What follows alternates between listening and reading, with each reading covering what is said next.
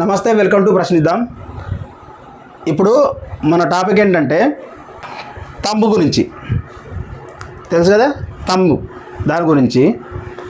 అయితే ఆధార్ కార్డు కోసం తంబు పెడతాం, రేషన్ కార్డు కోసం కూడా తంబు పెడతాం. మనం రేషన్ తీసుకునే దగ్గర, ఆధార్ కార్డు అప్డేట్ దగ్గర, ఆధార్ కార్డు తీసుకునే దగ్గర, డ్రైవింగ్ లైసెన్స్ దగ్గర, ఇలా గవర్నమెంట్కి సంబంధించిన ప్రతి ఐడి మీద మనం తంబు మెయింటైన్ చేస్తాం కదా. మరి అది తంబు మెయింటైన్ చేసినప్పుడు మరి ఓటు విషయంలో కూడా తంబు మెయింటైన్ చేయొచ్చు కదా. మనం ఓటేస్తాం కదా, ఓటు విషయంలో కూడా తంబు మెయింటైన్ చేస్తే దొంగ ఓట్లు చాలా వరకు కంట్రోల్ చేయొచ్చా లేదా? మరి అక్కడ ఎందుకు మెయింటైన్ చేయరు?